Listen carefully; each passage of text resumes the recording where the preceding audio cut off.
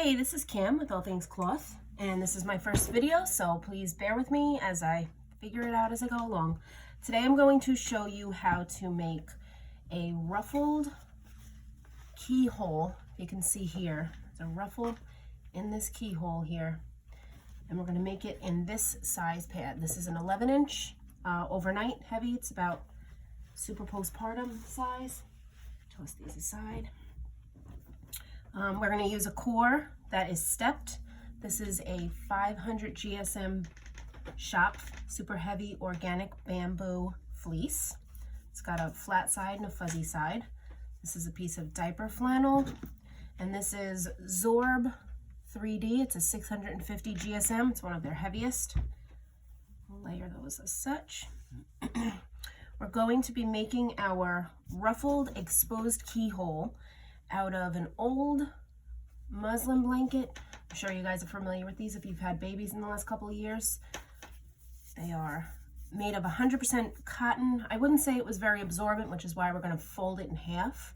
You can see it's kind of thin and see-through, but it is super soft, and I'm going to be using that to be exposed. Optional, you can use a layer of polyurethane laminate. It's a little stretchy. It's got a shiny side and a flat side that's more soft. I'm going to leave this out today, but I will show you where to put it in if you were to incorporate that into your steps.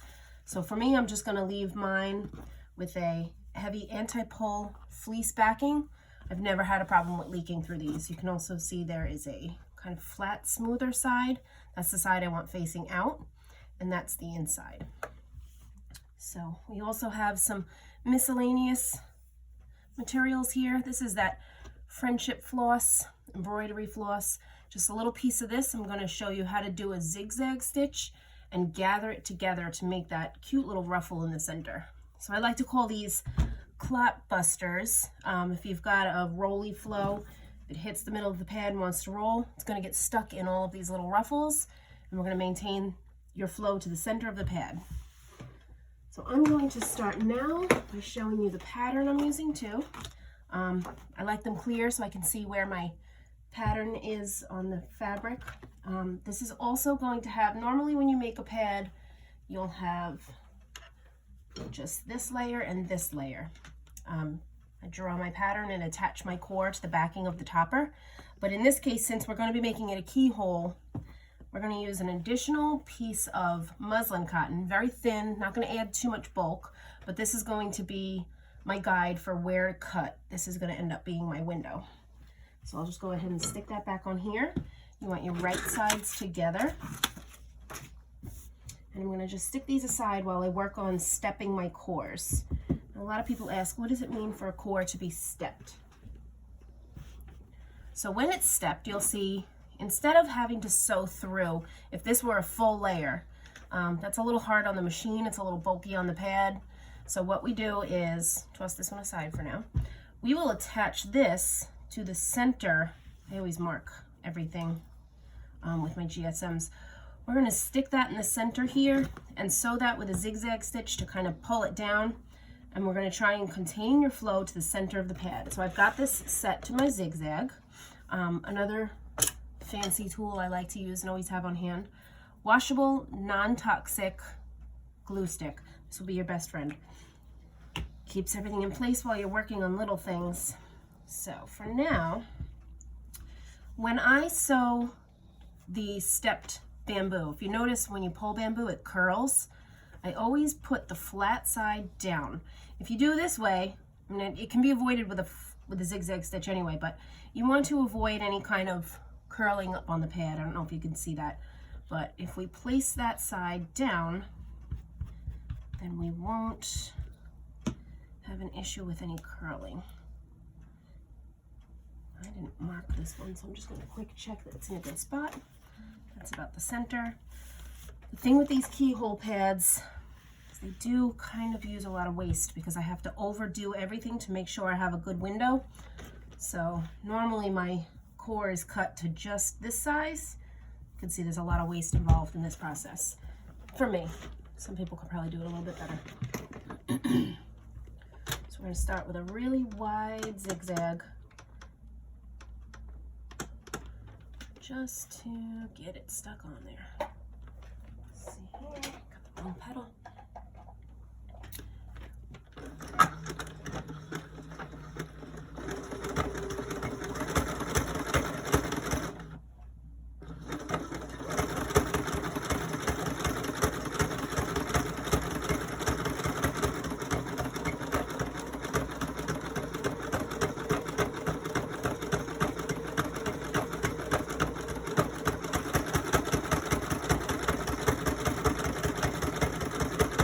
Normally throughout the process, I'll switch colored threads, use like a finishing color on the top stitch, use the whites on the inside. But to make it easier to see and to kind of make the process go a little bit faster, this is probably going to be a pretty long video. These take about a half hour to put together. I will be using this nice gold brown color throughout the whole thing. Matches my top stitch color. So there we've got that kind of mashed down. If you have anything that's left over on the edges here, just snip it off. Be really, really careful not to get your under pad part. We're good there. We just want that baby to stay on. Now we will not be attaching this to this, and I'll show you why in our next step. But when you think about your flow, when it comes through the ruffle, you want it to come to this layer first, then this. This tends to really hold on to. These natural fibers really hold and they don't do what's called compressing. And this will also help with compressions as well. If this was attached, it would kind of pull all of the flow into the same area, which is why I kind of like to have a floating layer. Then they're not all part of the same core. And I'll go over that more later. So when we put it in our pad, it's going to be this facing up, this facing down. You'll know exactly what I mean later. So we're going to toss that aside. I'll try to keep my space open here. Always, always keep a hot iron on availability. You want to make sure all of your materials are ironed and mashed down real flat. So I'm just going to take, if you notice, this is going to be my upside. So I'm hoping I want to catch that unpatterned piece of the muslin without the monkeys on it. If the monkeys are in there, it's all right. It's not going to bother me. So this is going to be my top side. And you'll see too, it is much bigger than my actual core. Because in the end, I'm going to pull it together. And I want to have enough to ruffle and still have enough to make a core out of it. So I'm going to push that baby back out. I'm going to take this and get my fancy little clips here. We want to clip this here. Oh, I want to turn this over. Actually, I forgot to do that. That's my top side. That is my back side. So you'll look, I marked it lightly to where my core size is going to be. So I will run this right down the center. On here. No need to pin this throughout because we want it to be a little shifty. The whole point of this topper here being ruffled is we're going to embrace that shiftiness. So there we have that in place. We're going to start at the top. We've got our zigzag still. And what we're going to do is zigzag over and not catch this. We're going to pull it tight later. So let's start with this to lock that in place. And be really careful just to zigzag over this piece and center it as you go. It's going to move around a little bit. This stuff moves a lot. And keep bringing it down the center.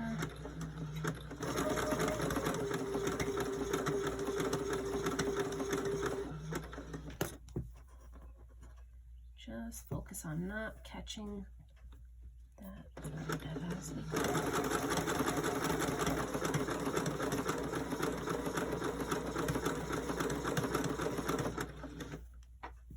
Wish I had some better video editing skills. I would cut all this little time busters.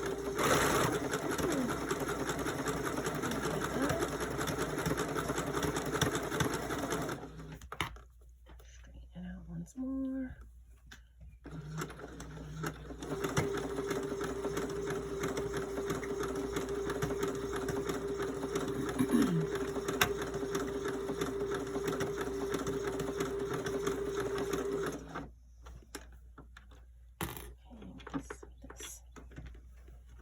it sideways and kind of catch that thread on one side. I don't want to catch it on both sides, just the one side, because I need to be able to move on that other side.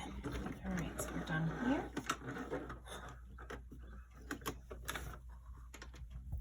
So as you can see, we've got a stripe down the center with the thread underneath it. And it's not attached at the top here, but I did fasten it on the bottom there. You can see that.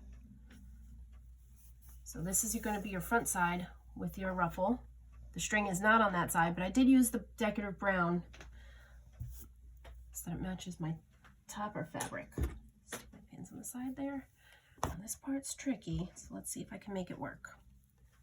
I'm going to grab this thread. This is the top where I started. This at the bottom should be fastened. We're just going to pull it as we go. See how it makes that wrinkle? There we go. Wrinkle it up. Just keep gathering. Okay. So we have this messy wrinkle here. Cute, cute, cute. Kind of bunch it evenly. Keep playing with those wrinkles until you get it about right.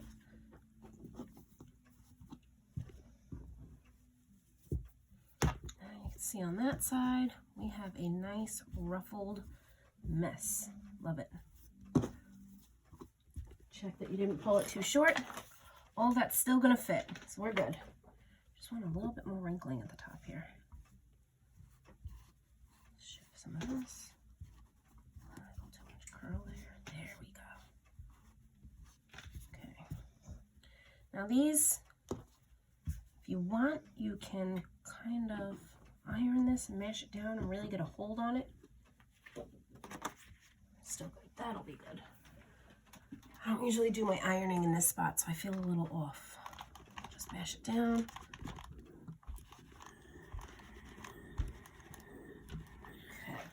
Okay.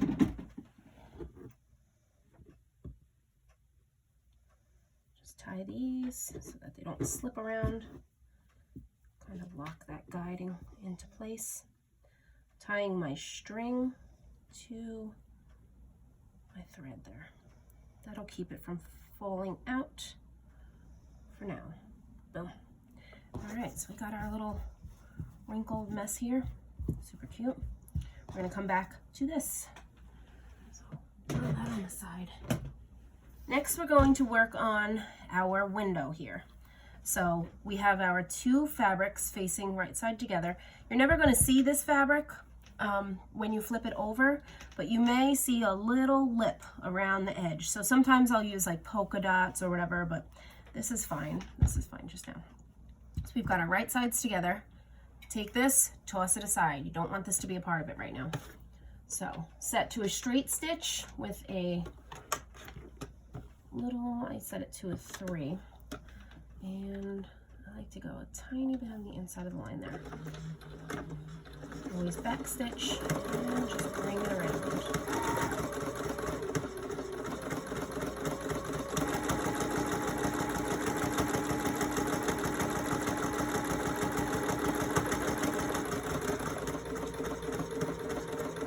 So now, if you remember, this is the actual size of my core, which is another reason why I overcut the sizes of my cores, because if I cut them exactly to size, then my window would be the exact size of the core and I wouldn't have any kind of allowance for seam on the sides.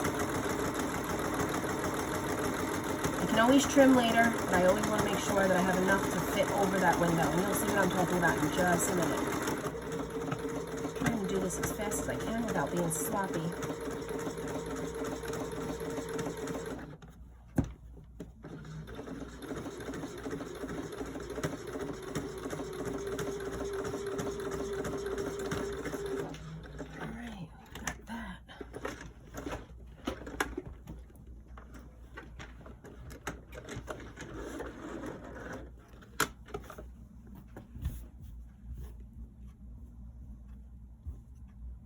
I backstitched these so I can just cut off those tails without tying them off like I usually do. Now this part, tricky, and I always think it's not going to work. So we're going to start by, see you have these two, if you look, They're completely attached here. What we're going to do is flip this inside out, but we got to remove the center first. And your iron will be your best friend during this process. So you're going to cut that center out. So we're going to cut right through the middle of that. Don't let this step confuse you, because it feels like you're doing it wrong. Every single time I do it, I feel like I'm doing it wrong. So get up to the edges here, like this. Careful not to get too close to that stitch there. If you break that, it's just going to be a mess in fixing it. All right, so we got a few relief cuts here. We're going to come around the edge. Let's use my pinking shears for this. Oh, making a mess. Excuse me. All right, got my ziggy zaggies. Carefully. It's a little hard to do while I'm trying to show you at the same time. Just snip out that inside. I don't know if you can hear my dog snoring in the background. That's not a human, it's my fur baby. Willow, she keeps me lots of company while I sew. So, all right, we're still just snipping out this window here.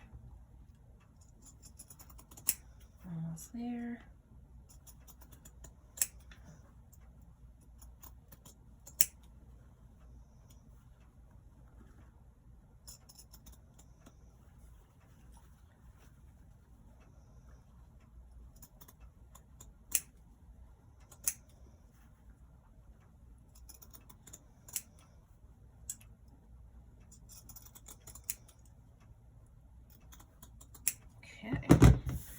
Throw that on the floor.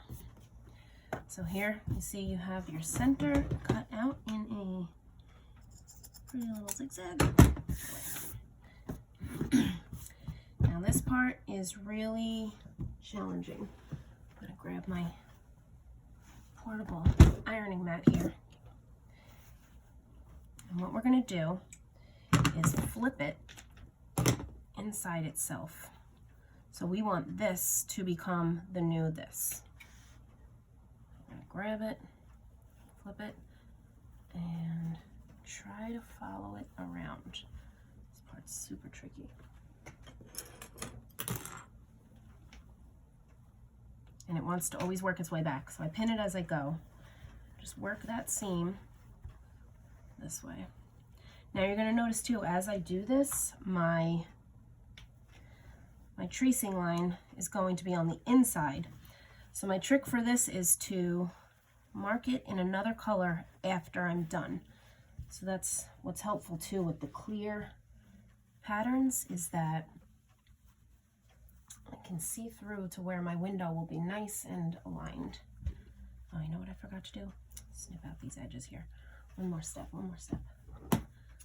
Snip out these curls here. Wherever this turns, you want to snip out your corners. It'll make it easier and not ruffle. Just close, don't get the edge. Oh, I hate to back up a step. So confusing. So where this edge is, I forgot to snip it out. It's kind of the same like you do with your wings when you turn them out. This just allows the fabric to open up a little bit more. You won't get wrinkles along your curves. All right, back to the other step. So we want this to come out, come on out, come on out.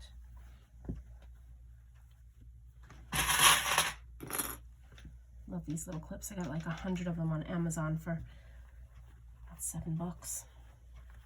Okay, come on out.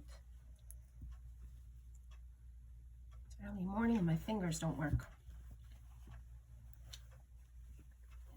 Push that seam in. Now I'm going to grab my iron.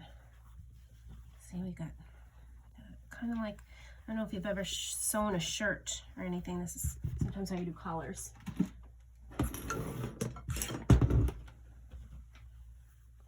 Okay.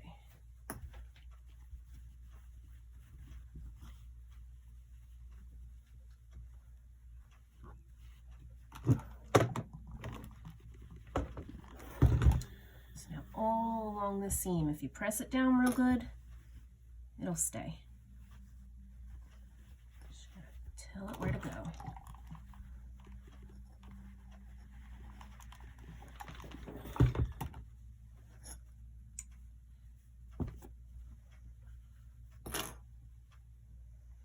Sometimes you run your finger in and really press that seam out as much as possible, because you don't want to lose the size of your window when you're doing this.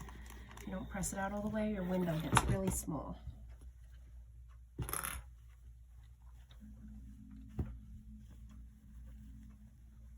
Okay, you can see kind of here when you turn it out how that spreads.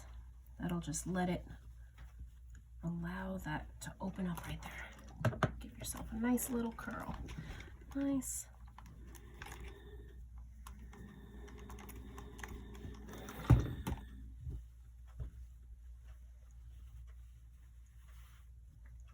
And it's tedious work, but it's for the love of the craft.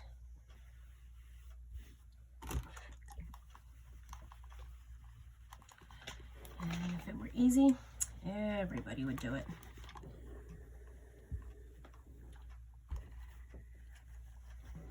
All right, I think we're just about done with this part. A little bit of an angry seam over here. Flip it over. So you got yourself a nice little keyhole.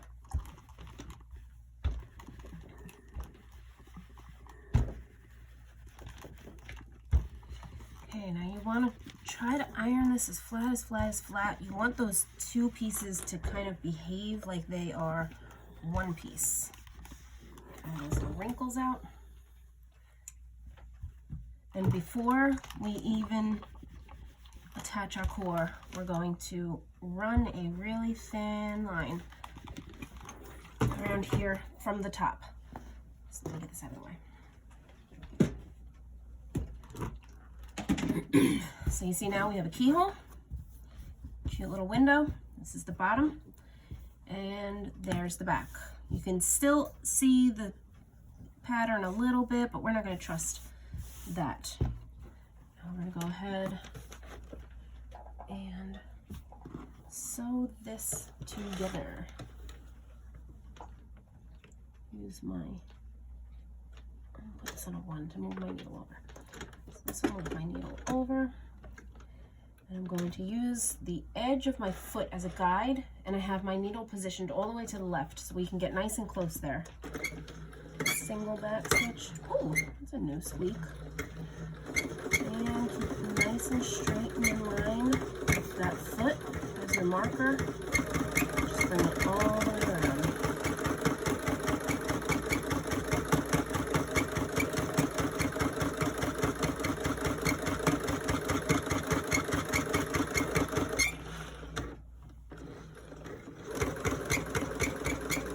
So I think my machine's about due for a cleaning and an oiling. This is the first time I've heard this weird little weak sound.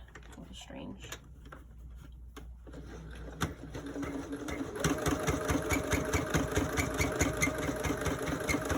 Anybody knows what that little squeak is? Go ahead and comment below.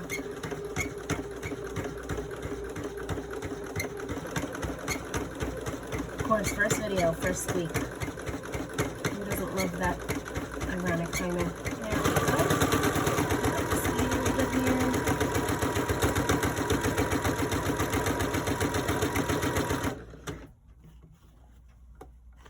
Just bring it around. We're almost done.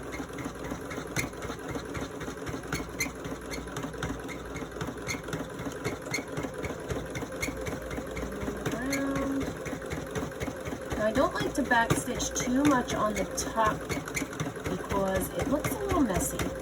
So we'll run right up to it and do one stitch backwards, pull it out, and I'll give it a little tie underneath. This way my strings don't pull out. Let's tie these two tails together.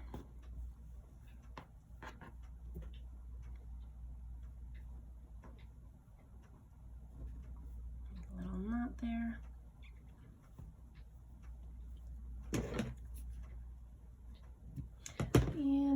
little drop of this fray check. It helps things from fraying, unraveling. My dog also farts, so I do apologize for that. She's rude. She has zero manners. All right. There we have our little top stitch. If you can see, when it's attached, it folds up just a tiny bit, which acts like a little gutter. You will see a little bit of that fabric under there. So if you want to do something decorative to coordinate, a tiny polka dot I've done on some of them, or some people just don't care. So there we have our top piece. Now we can start kind of constructing this part, attaching this. So this is our back side that has the string through it, and this is our top side. So put the top and the top. Just kind of position it where you think it'll go. See, look at those nice little gutters and valleys, and that's going to be real cute. If you care enough to center the line, go for it. That's the whole thing. All right. So there we have that attached. Trying to get that monkey out of the picture. There we go. I think we got it.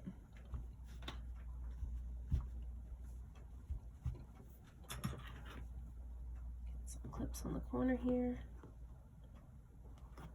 I'm going to end up on this one running 3 lines around the edge. It's going to be a lot more work to do this, but it's going to add a nice cute little finished look as well. Let's see if we can get that monkey out. Get out. There you go. Perfect. Okay, so that's what she's going to look like on the top.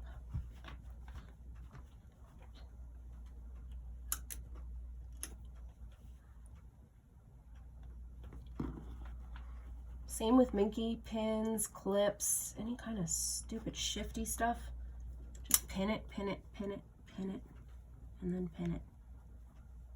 There we go.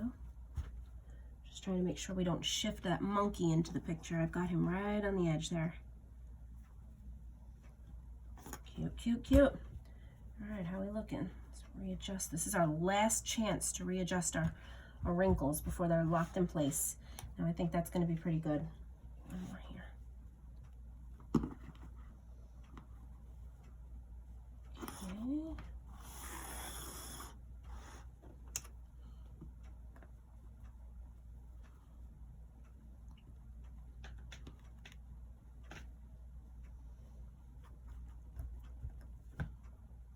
All right, I feel good about that. I feel good about that. Let's get back to the sewing machine. Now this one I'm going to move the needle over to the center, and then I'm going to follow. Let's see where to start. I'll start where there's not a whole lot of pins. Where was that monkey? I want to lock him in first. Here's the monkey. All right, I'm going to start right here because I want to lock that monkey in first.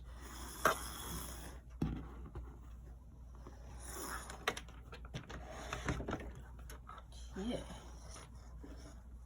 There he is. I see him. Get under there.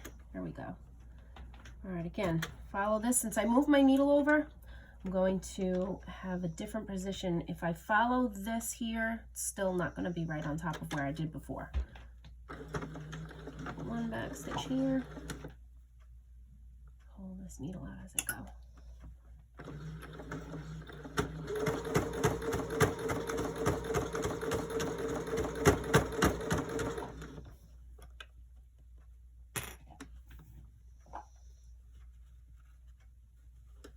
There we go.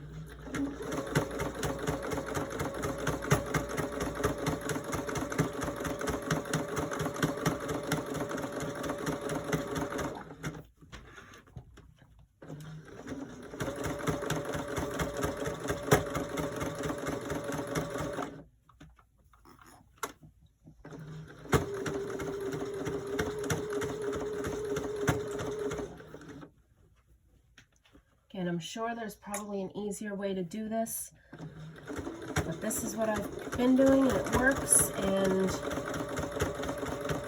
just don't want to have to babysit the core and the ruffled keyhole at the same time. I'd rather just do it in different steps, even if that means having 3 lines here. See, we've got 1, 2, 3 right here, but that is okay.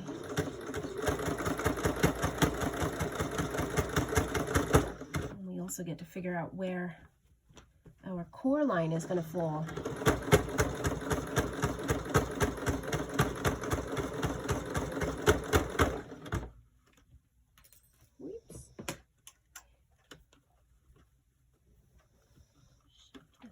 Smidge. There's one of those monkeys again. Okay.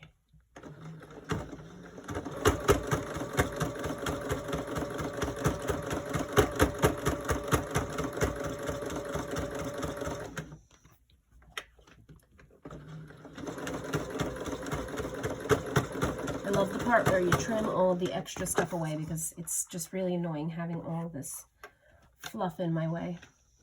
Trimming it off is my favorite part. Get rid of all that bulk.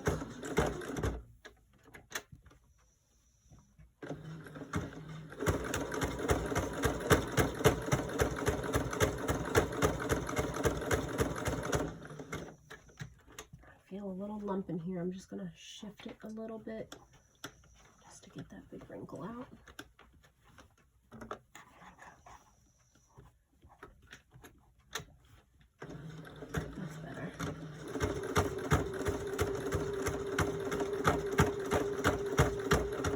Again, in this spot, when I meet the 2, I'm just going to do 1 back stitch so I don't get a messy stripe on the top.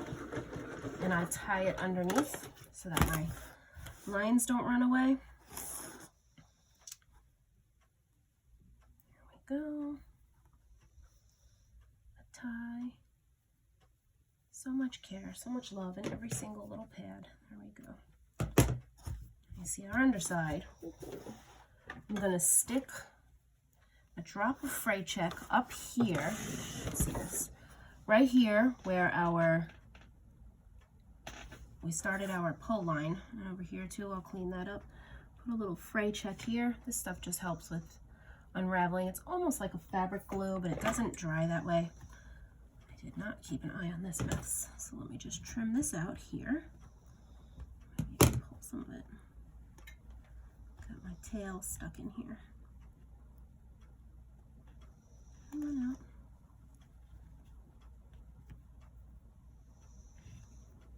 out. Snoring, snoring puppy dog. Okay, so we cleaned that up there. I'll put a little drop of fray check down here. Keep that locked in place. And you'll see we got a nice wrinkle in there. Locked in. Couple of folds. Let's go ahead and take our clips off, trim it. Now we only want to trim this part. We do not want to trim any of the top. And you're going to be super duper duper careful while you do it because you don't want to make a mistake and undo what we're like a half hour into this video. All right, so here's our top. Super cute so far. I am loving this. Even with that zigzag. Get rid of all this extra junk. Just cut right into it carefully. Now, trim it around. Trim it, trim it. Do not, do not, do not catch that top layer of fabric. Now, even though I am not counting this into my absorbent layers, when I do my ratings for my GSM and add all the cores together, I don't count this top layer, but it is a significant amount of fabric here. So you will increase the absorbency of your pad just by having this cool technique in here. And I will not have the pull layer. So this will help also add, anytime I don't have a layer of pull, I try to step in something that's going to add some absorbency.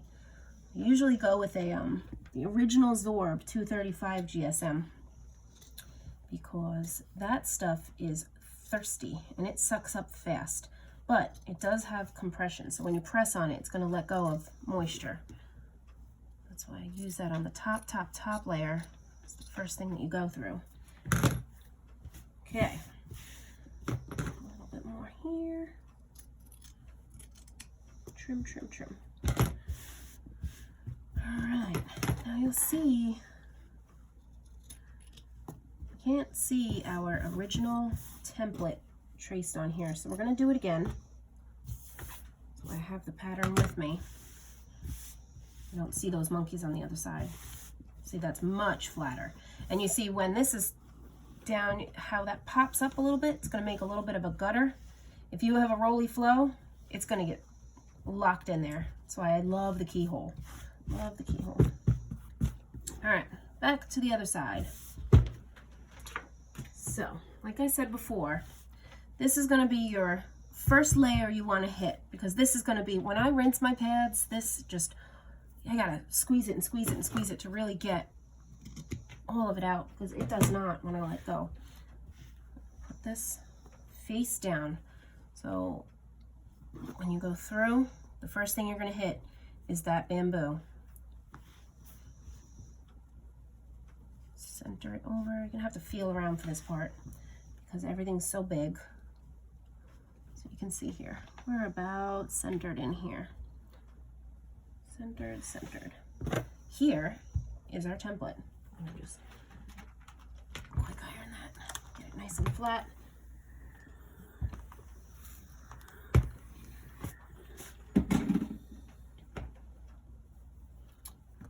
And in comes fabric glue. This is one of the 250 reasons I always recommend wash your pads before you wear them, because there's glue, there's marker. Who knows what the mailman did?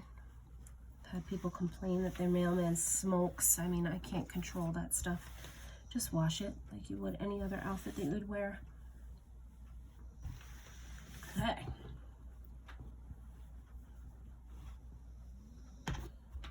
Good feel. Make sure wherever you're going to sew has a core. Again, this is why I over measure. It feels so wasteful, but it saves you a lot of trouble in the end.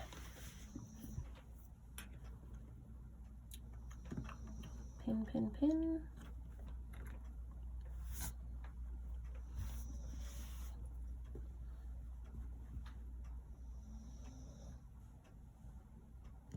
Okay.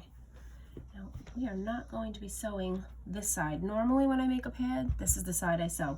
We're gonna flip it over and follow this line again, just to make everything all uniform.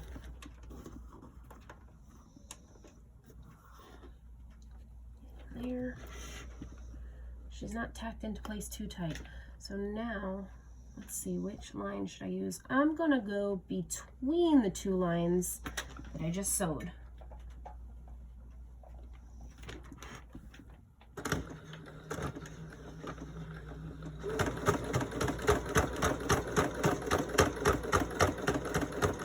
So now we have a third line, and this step is attaching the core to the top layer. Again, normally I do this from the other side and follow the pattern, but because we're trying to make the top decorative and neat, I'm going to do it from this side.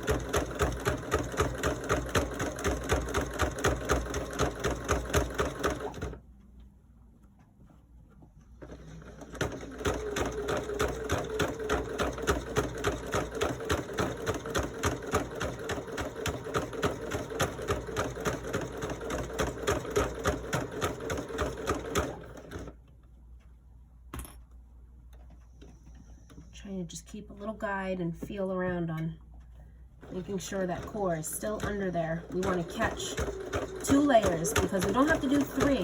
That bamboo layer, even though it's there and it counts as absorption, it's not being stuffed into this line here because it's stepped. So we've got 3 layers, but we're only sewing 2.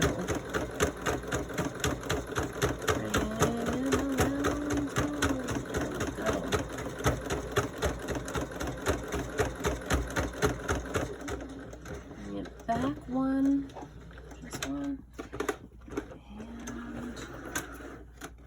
and again, tie it in the back. Oh dear, sorry, dropped you.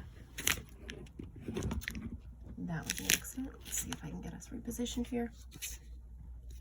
Such a violent sewer. So, tie it in the back,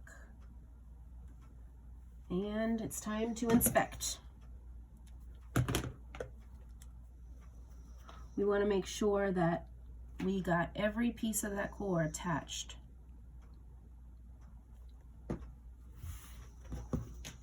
You see we got the flannel all the way around, and we got that zorb all the way around. See there, we are in. So see all that extra stuff that kind of just gave us a kind of like a gutter, a bumper guard there. Trim this on the top. Look at how cute this is. I love this process. So we have 3 lines. You see I did that 3rd line right inside there. And again, you're gonna have that little ruffle, that gutter. Super cute. Sometimes I will run a line down the center here, but I don't want to draw all of our flow through the entire core because I want to have places where it won't compress. So if those were all attached, it would kind of all just bead up. But with this not being attached, it's not going to be part of that initial absorption. This is going to act more like I'm not going to say waterproof, but a layer that won't compress. So pull that all the way back. See all that garbage we got to come off here. And we are close to finishing up. We have the keyhole process finished, so you want to run here. I get it. This is a really long, boring video. But I don't want to cut any of that extra fabric. Get rid of this.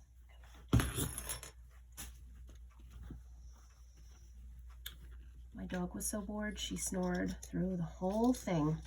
I hope you all enjoyed that. There we go.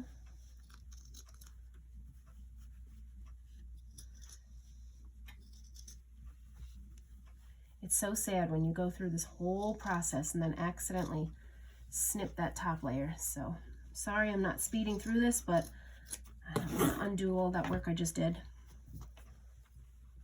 So carefully slow. Okay. Now here, oops, we missed a layer.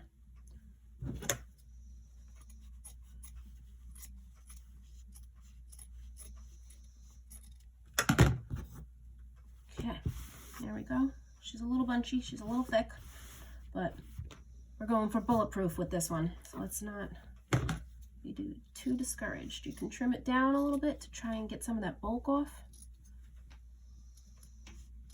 It's kind of nice to have that thick edge though. Gives a stopping point to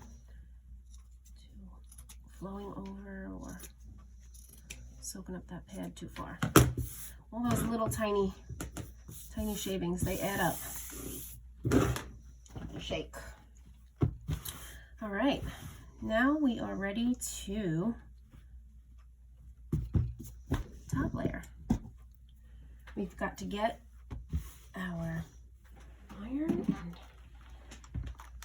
these edges out here, a little puckering.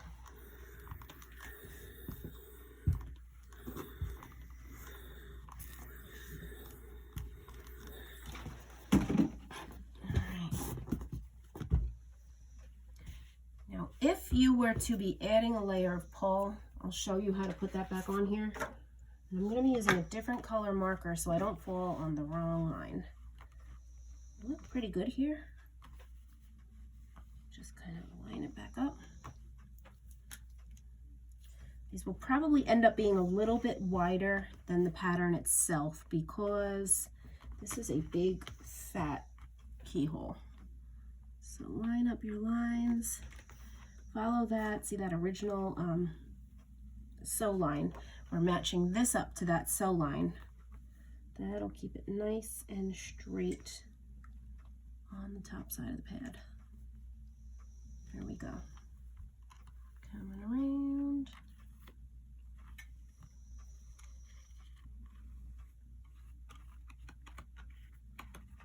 These markers are washable as well, and they are my favorite, and they're dying because I use them a lot. Oh, I shifted a little bit. So we're going to have a light line here. I can see it. I don't know if you can, but you get the point. Trace and sew. Now I also like to put a line here that'll remind me where to put my absorbency tab. And we're going to do our turn and flip right here where the straightest part of the pad is. It'll give you a nice clean fold over edge. And I always mark my bottom. That's my bottom. So right sides together. In the end, we want this facing this, because after you sew it, if you ever need to check your work before you actually commit to anything, figure this is sewed, and when you flip it, it's going to be like this. That's what we want. Those two layers together. So go back. If you were to be adding a layer of pull, this is when you'll do it. Pull. I like to put the shiny side towards the pad so that it doesn't get stuck in my feeds, because this stuff does not love pulling along this. So if I've got that fabric side, then if you look again at that construction, you want these two layers together. When you have it right side out, this fabric part will be facing your core. So I'm going to pull this out because I don't want pull in mine today. So go back to flattening this out. We got a little bit of a wrinkle on the bottom, so we're gonna have to work through that carefully. The good thing about the fleece too is it kind of sticks itself on there. Really nice. There you go. Now I use the color purple to mark that it's super, and then this black line on top of it just indicates that there is no pull inside this. This is a breathable pad. It's a breathable fleece pad. So you want to be a little bit extra careful with how long you wear this. You're probably able to abuse the wear time of a pull pad a little bit longer. That's again why I beef up the absorbency. So we stick that in between the top layer and the fleece, and I'll come back to that. And then we're going to start our sewing after we get some clips on here.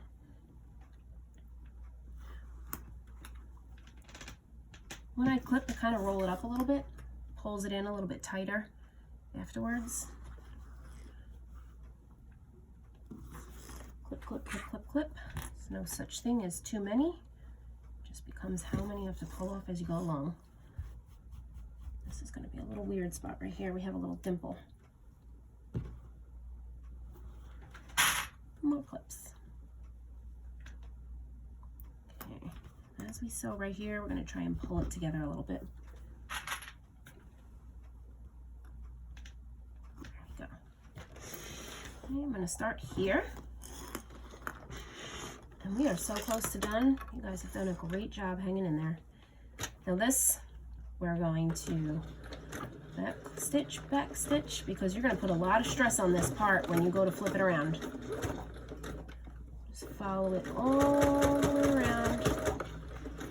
Let's put this stuff here. We're following the red line, not the blue line. The red line is our new line. So I use a different color, again, because it is easy to forget which is which and start following anything. Okay.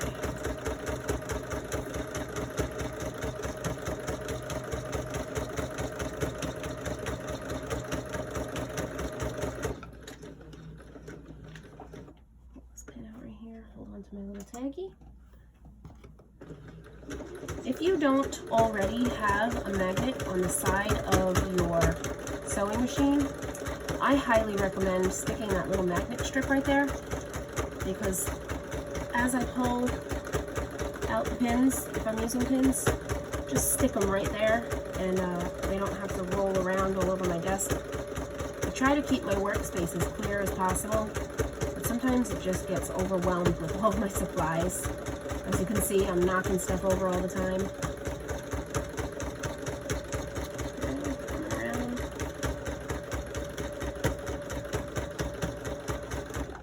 This is the part where the excitement picks up.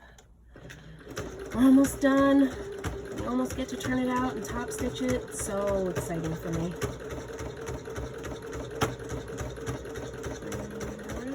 Work those curves real good.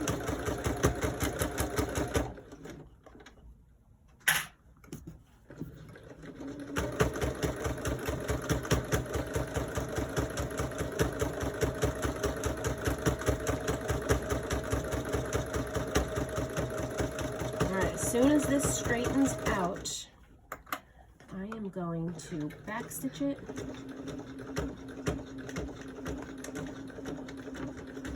Lock that stitch in place.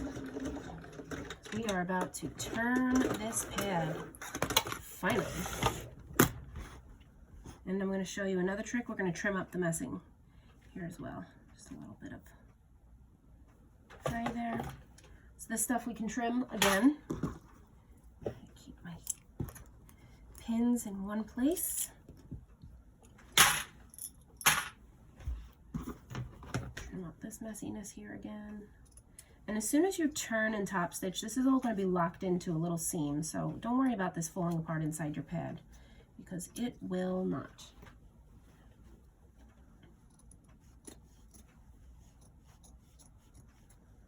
Okay, give it a shake. Give it a shake. All right. Do not cut on this line here. We want to give ourselves a little flap to fold it over. So we're going to cut like this. So start by finding your end, coming right in, and then trim this out like this. We want to keep a little flap there, and then bring it around. You don't have to get too close.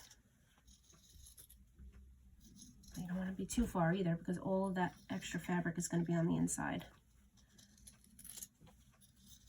I'll show you another trick to minimize how much of an edge you're going to have when you flip it over. All this is going to be on the inside, so we're going to snip some of the extra fabric out. As you fold it in, it's going to clump in on itself and make bunches. So we're going to use a zigzag around those curves, and we're going to trim inside those wings to open up that fabric when we flip it. Almost done. Okay. Again, to minimize bulk, we don't need this muslin layer right here anymore. This and this are our top and our bottom. So we're going to come in here, trim this gently, gently, gently back, because we don't want to have that extra layer in there. That, believe it or not, means a lot when you have it on the inside of the pad.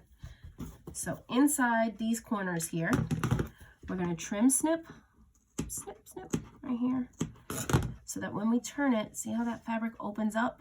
It gives it a little bit more room to flip it out, and you won't have any of those bunches around your corners. Get in as close as you can without snipping into that thread line there, because I've done it and it's not fun.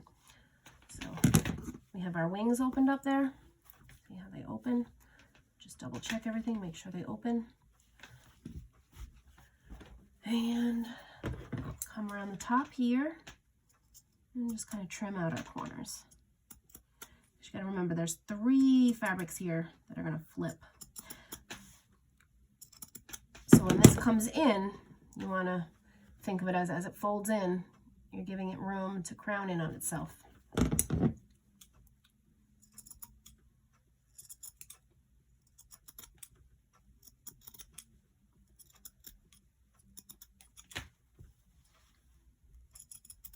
I'm not going to go crazy with this to kind of save you guys some time. Big long video, I do apologize.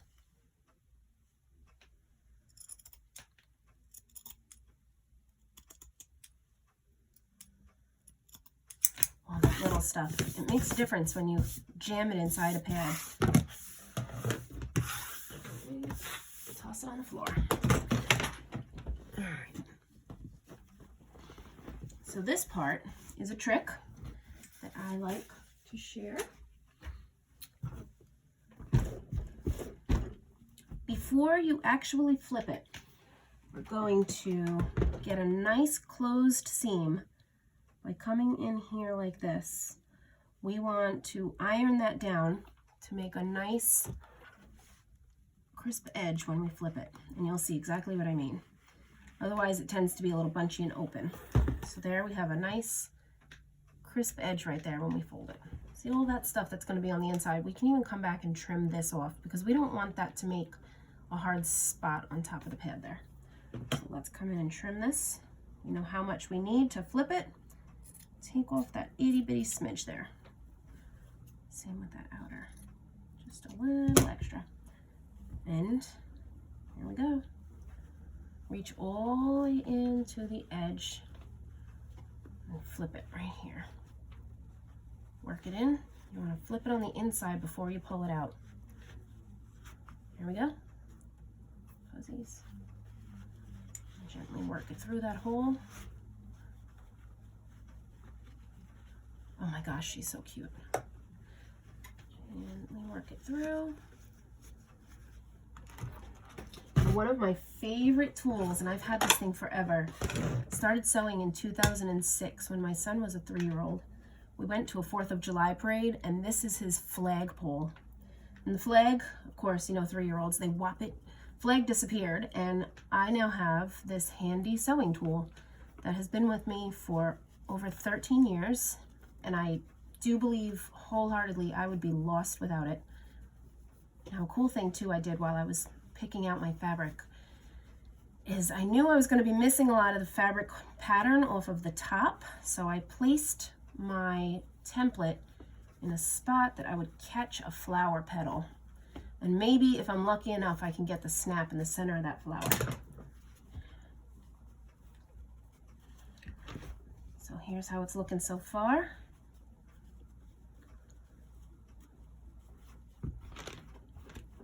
Here's our spot where, see how we have that nice folded edge there that's already guiding us.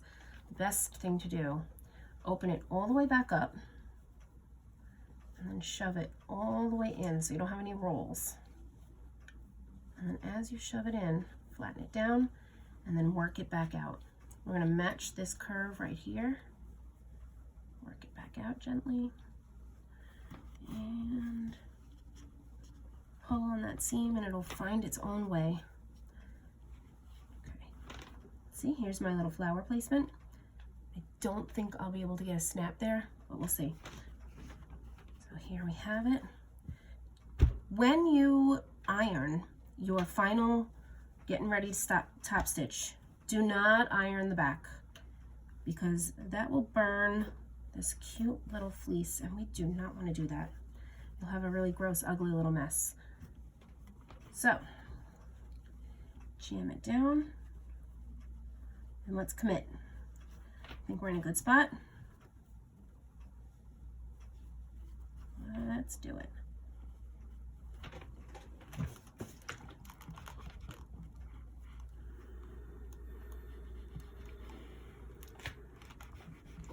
When you're ready to top stitch, oh, just jam it down. Your iron is your best friend.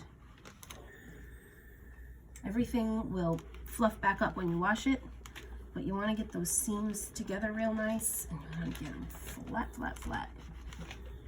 This will be in your panties. I am loving this so much. Okay. We got it nice and flat.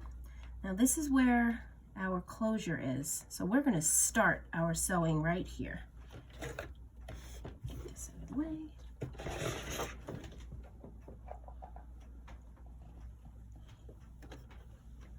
here.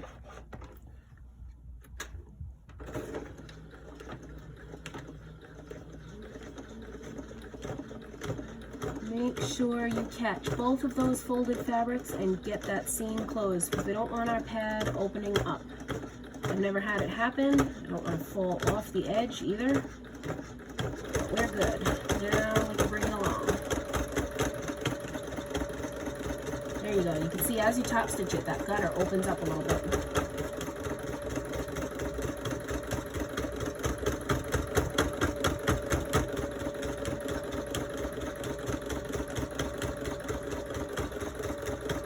And I do apologize for this being quite possibly the longest video in the world, but these steps are worth it. And in the end, you get a really great, fun, cute, unique pad. There's not many like this out there because it takes, how long this video has been, like an hour. And that's just, I already had all the materials prepped. I mean, altogether, this pad can take up to an hour and a half or so. Just goes to show you, you do it for the love, and you do it for knowing that you're going to have a great product in the end.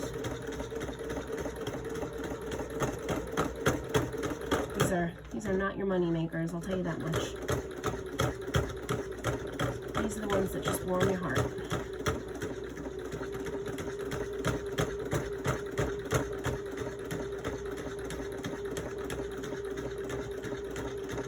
Now, one thing that I always do consistently with all of my pads, my absorbency label, if you noticed when I sewed it onto my pad between my top layers, it was on the left side, but when you turn it outward and top stitch, it's on your right side.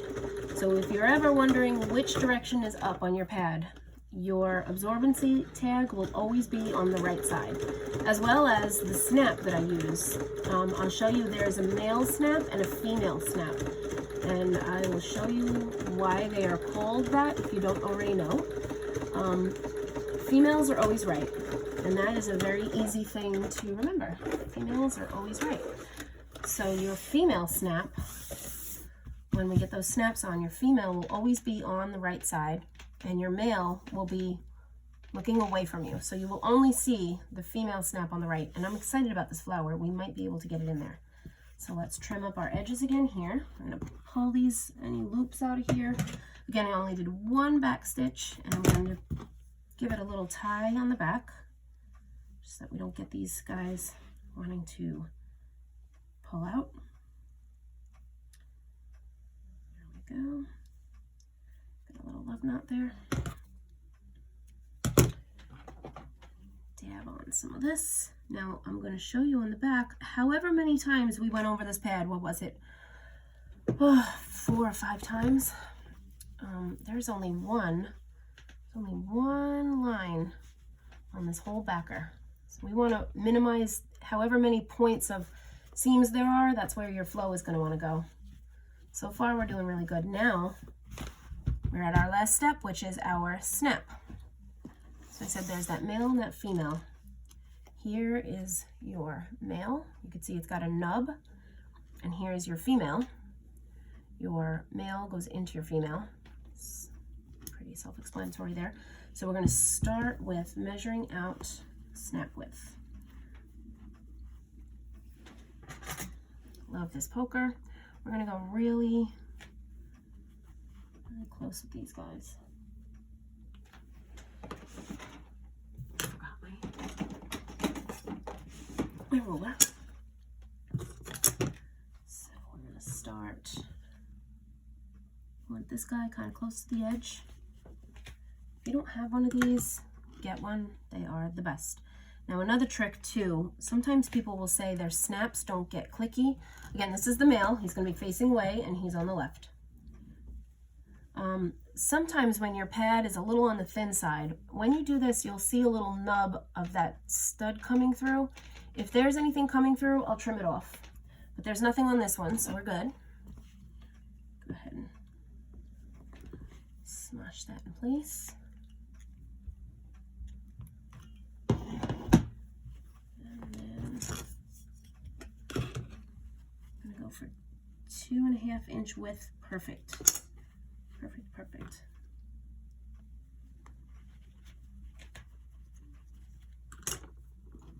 Now this one, you want to do the stud facing up. Work that baby through. Because your female snap will be on your right, facing up. This is another short one. I don't really need to, I'm going to see, I don't think you can see that, but there's a tiny, tiny poke coming through. Just grab your nail clippers, snip that itty bitty poke off. That little tiny, tiny bit makes a difference in how clicky your snaps are. So when you close them, they'll go snap. Join them up real good. So much fuzz on this desk, my goodness. Now listen for it. We got a click. Nice and clicky. And there you see that wrinklage. That is going to keep your flow in place, I think. Grab all those clots, anything that wants to spill. There we've got our little gutters here. That'll catch. I'd say that's a pretty pad. I think we did good together. Here's your back. If you'd like to see it in a panty, keep my panty here. Got my sample panty. I'll show you how it looks inside. I cut this out so you can see. Here's your front, here's your back. She goes like this. So you can see how much coverage that provides. Pretty good bit. These wings, I love the amount of coverage they give. They give a nice wrap. You can see you've got about, even though the wing itself is small, as it's wrapped, you get almost 4 inches of coverage there. I'll go ahead and flip this baby over so you can see it on the back. See all of this right here that you can see that's exposed? That's going to be your wrap, your protected wing. And we have it. You can see you have a nice flow catch here. You're not going to bleed over as much on that one. And there she is, our finished pad. I really appreciate you guys sticking with me. If you have any questions, you can email me at kimmyjoyling@gmail.com, or I'm on Etsy as All Things Cloth by Kim, or I also run All Things Cloth. You'll recognize my little, here I am here, my little flowers. I'd love to do a retube, but she's a little sentimental to me now. Thanks again so much for joining me. If you have any questions, comment below, email me. You can find me on Instagram, All Things Cloth by Kim, or also my name is Kim Lingerfeld in all these groups. You can find me. Easy to get in touch with. Again, any questions, let me know. I hope you enjoy.